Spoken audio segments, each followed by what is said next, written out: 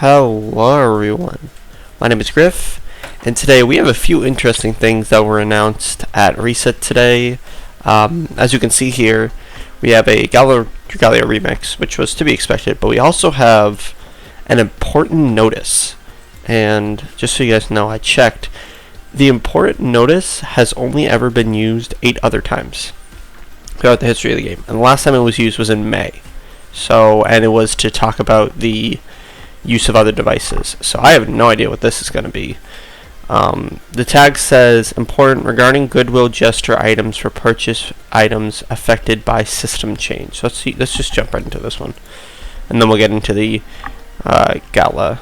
So, the weapon crafting and warprint systems and game elements related to these systems will be changed in an update scheduled for late September. Along with these changes, players will be given various items as goodwill gestures, including the materials used and water spent for creating and obtaining the affected weapons and warprints. Further information on both systems and goodwill gesture details will be provided in an upcoming notification. Please find details regarding gestures that will be given in-game shop offerings that are or have been available in the past. Okay, so for purchase of the storage pack, change weapon and warprint storage will be removed. What the hell? Okay. Goodwill gesture 300 where my note the storage pack will no longer be sold after 10. Okay. Oh, okay. So they're stopping sale of the storage pack today.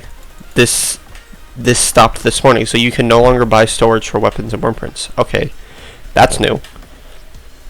This is just normal storage. So any storage pack has been removed with Warmite already. Storage packs have been removed. For the purchase of weapon storage and warmite storage expansions with diamantium or warmite, weapon or warmite storage will be removed. 50 diamantium or warmite, whichever used, times expanded. Note: weapon storage 5 and warprint storage 5 will be removed after this from the shop on today. For purchases of packs of unbinding items that include the unbind weapon pack or unbind pack warprints, including those currently available, players will only be able to have one of each weapon and warprint that can increase the number of times of each that can be equipped on a team member by upgrading each weapon and warprint. If a player has more than one particular weapon, the extras will be converted into materials or other items. In addition, certain weapons will be removed. If players have more than one particular warprint, the extra will be used to unbind the warprint or be converted into old water of other items. Goodwill gestures: if the player has any of the following items from purchase packs, they will receive the amount of these items used: adamantium ingot, Damascus ingots, golden key, and silver key. For players who have 2 lucky paddle weapons and have purchased lucky paddle pack, the player will only be able to have 1 lucky paddle weapon. Lucky paddle weapon will be exchanged for 120 warmite. For weapons with the upgrade pack weapons, the relevant endeavors will be removed when the endeavor details are changed. Item rewards will be cleared. Item reward for clearing an endeavor will be provided if you have not completed the endeavor, or if you have completed the endeavor and have not accepted the reward. Okay, this is insane. So what they're saying that players will only be able to have one of each weapon and warprint, and can increase the number of times it can be equipped on a team members by upgrading each weapon and warprint. So what this sounds like to me is you can't have 2 responding refrains like I do. Like everyone's like, oh, you should get multiple responding refrains. I know for a fact I have multiple of every one of the Mega Man warprints because I just liked them. But what it's sounding like is unbinding will no longer level up warprints, or will level up warprints, but it will also increase the amount of times you can equip it. So if you have a max unbound warprint, maybe you can equip that multiple times on a team. But this is insane. I have no idea how to feel about this. This is all happening right now, presumably. There wasn't a version update to go along with this. So, I mean, there was the bug fix, but this did not change the way the weapons worked. This just was a bug fix for skill animations. But now they're saying this is a bug fix, and on top of the bug fix, we're going to be giving you these items in a goodwill gesture for things you have bought in the past. So this is super interesting. I have no idea how this is going to unfold. We'll just have to see when all of this comes out. I know that I've gotten storage packs from the story, not specifically from the game itself, but I know I have gotten those from the stories. And the upgrade packs are now considered gone. So it's kind of surprising that they just straight up said all the stuff that you used to be able to get is completely gone now. It's been removed from the store. So it's kind of crazy to just see that straight up. But hopefully in the future we will be able to get a better understanding of this and better understanding of when these changes are happening. So they don't say when this change is happening, because they say for the other ones this is happening today. But this one, which is going to affect most player, is crazy. And it's crazy that you're going to get every ingot and key back, which is kind of insane that you've done.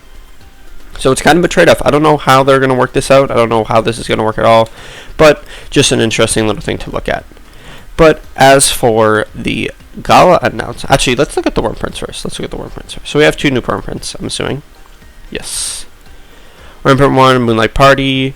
HP plus 70% equals critical damage plus 22. That is a lot of critical damage, but the second ability is just straight up skill haste.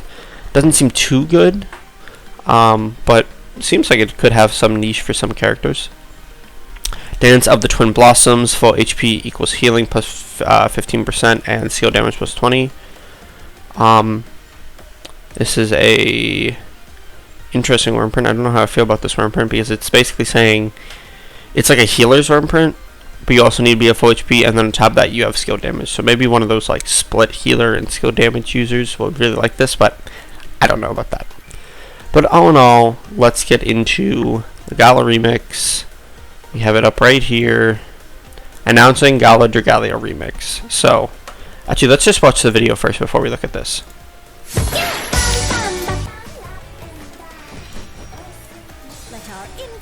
Yearning Queen. Incognito Nefaria. Okay, she's a flame wand. Henceforth, I am Queen Nefaria no longer. Oh. I am like Rhea and stuff. Oh, okay. So that was Nadine in her skill animations. That's super interesting. So I guess they didn't give Nadine a proper like alternate, but they did include her in the animation. Now we have Horus, who is also a flame dragon. Okay. Ooh, okay, that looks kind of cool. Gala Dragalia remix.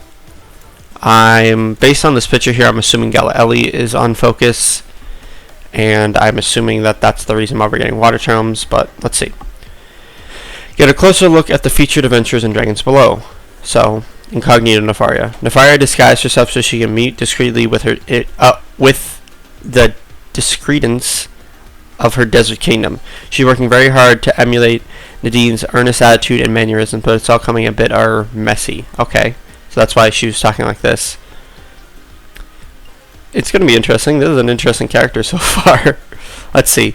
Girls Night Out. Deals flame damage ahead to enemies directly ahead for 5 seconds and draws them together. Increases the user's energy level by 3 stages. Okay, so she has energy like Nadine does. Pretty good. Being cast. Okay, wait. Ancient incantations.